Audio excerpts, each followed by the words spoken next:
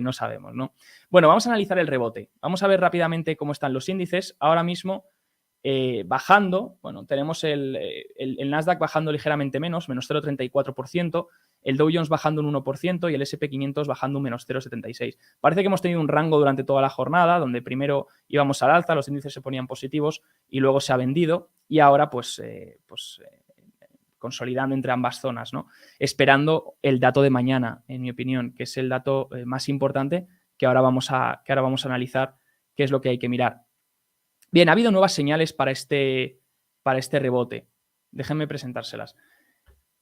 Lo primero, ¿cómo lo han hecho los sectores desde agosto? Vamos a mirar un poco en contexto. ¿Cómo lo han hecho estos sectores desde agosto? Desde el pico que vimos en los índices en agosto, que luego corrigieron, pues desde ese pico del rebote en verano, ¿cómo lo han hecho los sectores? Bueno, los que mejores han aguantado son healthcare, salud y energético y financiero.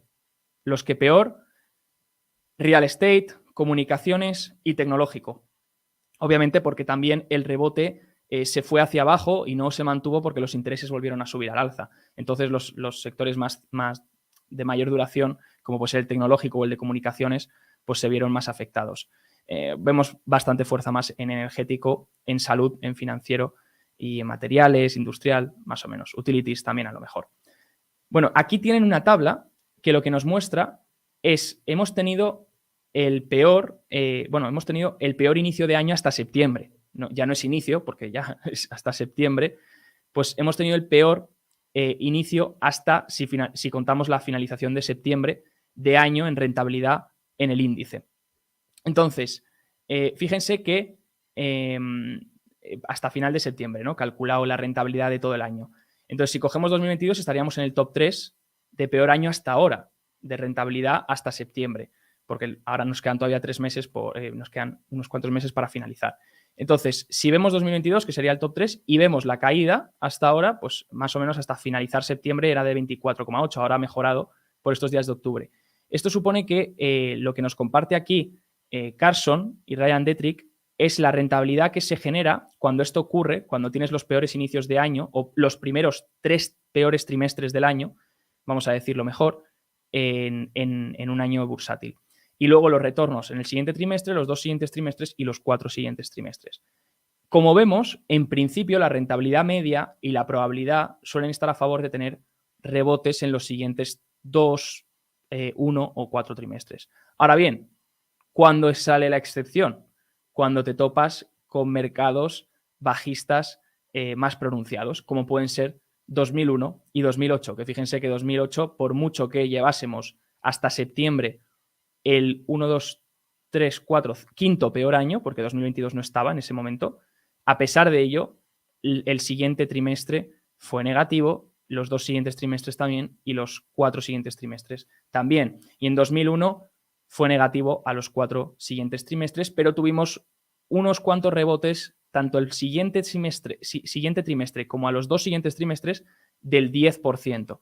Entonces, eso no elimina la probabilidad de que podamos tener un rebote que se extienda un tiempo. De hecho, hay pendiente un indicador, hay pendiente que se active y es el Sway Breadth Trust. Está inventado por Sway y Zweig, perdonen la pronunciación, pero esto ocurre cuando el número de empresas que avanzan es un indicador que mide la amplitud. Por eso yo siempre, todos los días les muestro en los índices, hoy no lo hemos hecho porque vamos mal de tiempo, pero les he mostrado todos los días en los índices cuántas empresas avanzan, cuántas caen, y por eso me parece importante, porque los indicadores de amplitud, de breadth en inglés, se basan en esto.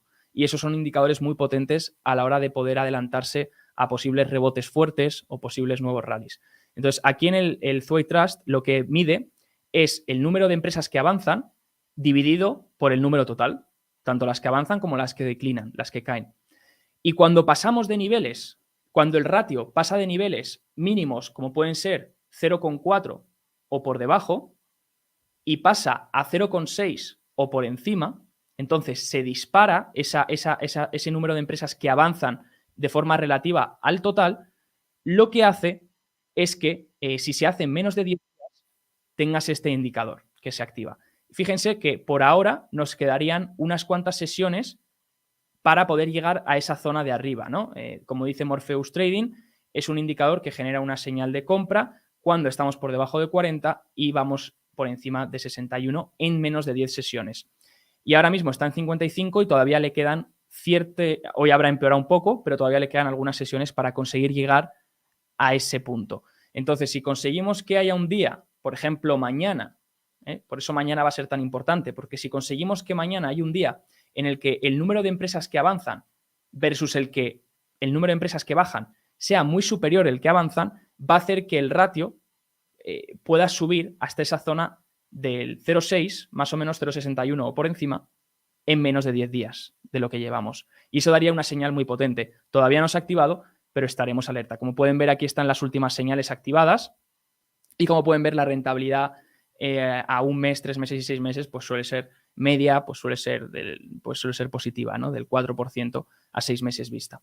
Bien, ahora lo importante también a nivel técnico ya no es solo el dato, sino cómo van a reaccionar los índices. Ya hemos visto que se ha hecho un doble suelo aquí. Sí que es verdad que aquí se eliminó, se hizo una pérdida por debajo, que potencial para sacar stops y para hacer que todos los largos pues capitulasen y soltasen sus posiciones.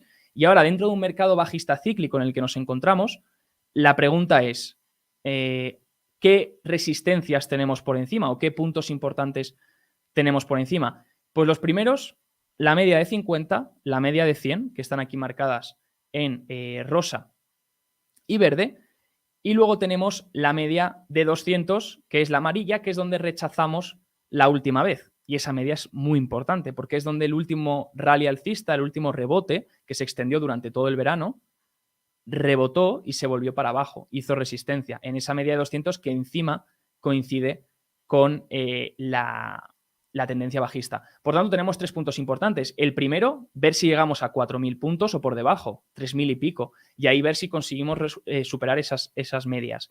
Y luego el segundo, si conseguimos superar los 4.000, ya sería esa media de 200 y esa tendencia bajista que sería difícil de romper. También si miden, y luego lo podremos hacer, la caída desde el máximo hasta el mínimo visto, normalmente la teoría de Dow lo que dice es que te gusta, si trazas un FIBO desde el máximo hasta el mínimo, la teoría de Dow lo que te gusta es que recuperes el 50% del retroceso y que te mantengas ahí. En verano sí que recuperamos, si cogemos el máximo al mínimo y trazábamos un FIBO, sí que este nivel recuperaba el 50%, más del 50%, pero fíjense que no lo aguantó. Entonces no tuvimos confirmaciones, no lo aguantó durante muchos días. Entonces, ahora tendremos que ver si llegamos a ese punto, si hay confirmaciones, pero todavía estamos muy lejos y por ende lo iremos viendo a medida. Vamos a irnos un segundo a Publi y continuamos con el análisis.